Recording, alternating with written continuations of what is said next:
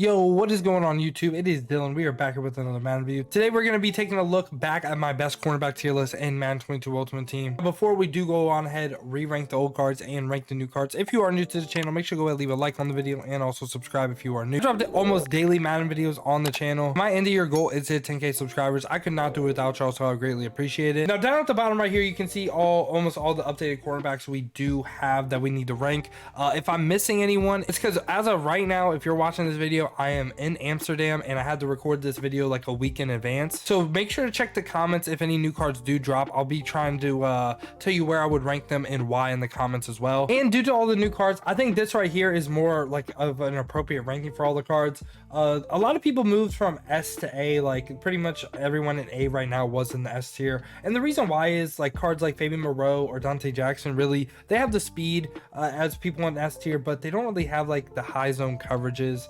And for people like darelle, revis, Marcus Peters, stuff like that, they're just a little bit lacking in speed, like literally just like this much speed. If they were just a little bit faster, I'd still have them in S tier. Now we're gonna go ahead and get it started right here with Shaq Griffin, this gridiron guardian card. And I think he's very similar to Donte Jackson. I'm actually gonna have him in the A tier. This card actually has a lot going for him, I'm not gonna lie. Powered up would be 91 speed. That's really the big thing. And with DB strategy cards could be 93 speed, and we're looking at like basically a top end speed corner. Also it's 87 zone, and with the power would be 88. What kind of sucks is he doesn't hit 90. Like if he hit 90, maybe you could see him S tier, I'm not gonna lie to you, but A tier I think is a good top form. Also a zone archetype corner, and I'm seeing a lot of people kind of debating like, should I use acrobat, should I use mid zone knockout, especially current versus next gen. Current gen, I know mid zone knockout is the move from the people that I talk to that really play current gen.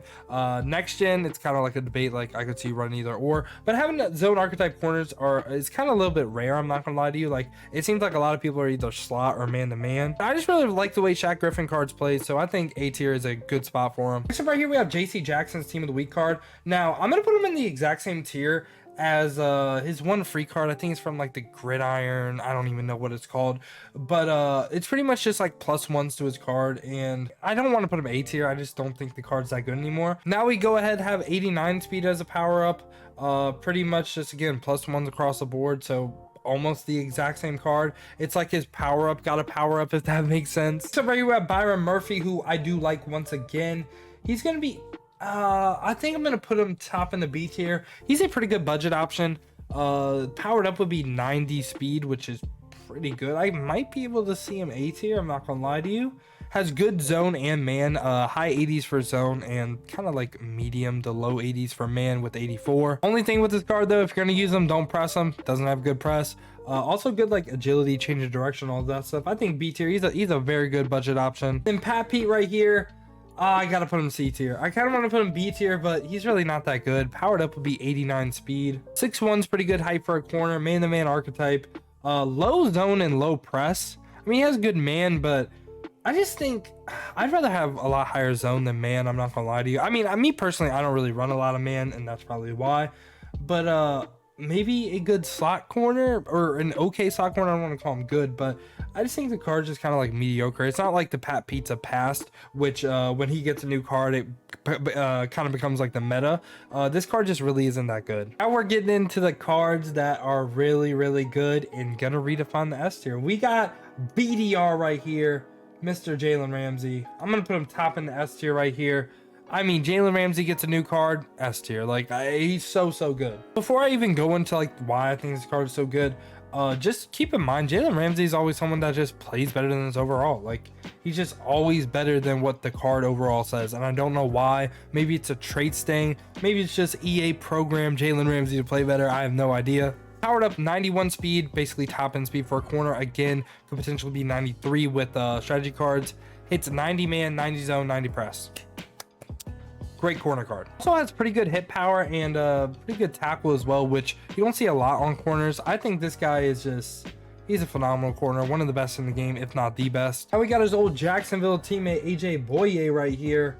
I'm actually gonna put him A tier, and here's why. He's pretty much speed-wise B tier, but he hits the 90 zone coverage, and I think 90 zone coverage actually is pretty big in this game, especially on next gen, where you can definitely notice kind of, hey, why are my dudes not reacting? Maybe it's because they don't have 90 zone coverage. Zone archetype corner too, which I talked about Shaq Griffin already. I really like the zone archetypes. That was good man too. High 80s for man, but the 90 zone coverage is the big thing for me. Powered up will be 89 speed as well. I think he's a pretty solid card. I could see him coming down, but if he comes down the B tier, then literally all the B tier got to go to C tier. One of the newer cards that came out when I was making this, deltha O'Neal.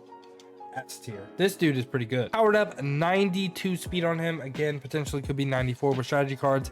Hits 90 man, 90 zone, but he doesn't hit 90 press. But the main thing for me is 90 zone, 90 man. Like, you can do whatever you want with him. He will have the fastest reaction time you could ask for a corner. And again, he's also a zone archetype. So I kind of said zone archetype was a little bit rare, but we already covered 3 good zone archetypes already. The only thing I'd say is a weakness on this card is 5'11", but I mean, it's not really the end of the world. On Diggs right here, again, I'm gonna put him S tier. He's kind of like more of the bottom tier S tier in my opinion, because of the fact that he can't hit 90 man and 90 zone, but powered up 92 speed is pretty good. It's 90 man, but again, sadly does not hit 90 zone. Also 6'1" is pretty good height for a corner. I think he, again, I could see him falling before, say, like deltha O'Neal or Jalen Ramsey. I would rather have both of these cards, so this is probably what it looks like more in my opinion. Like, he's more bottom tier, S tier. So right here we got Gilly Lock, who I think I'm gonna put him in the B tier. I mean, I'm not really a huge fan of this card. Powered up, 88 speed is kind of killer, and with strategy cards could be 90. Pretty good height for a corner, 6'1", but I don't know. I don't like how he hits 90 man, which is good, but not 90 zone and not really that fast. I would just literally rather have everyone in A tier over this card, so that's why he's B tier in my opinion. Glenn right here, I'm gonna go ahead and put him in the S series. Pretty much the same story as Trevon Diggs.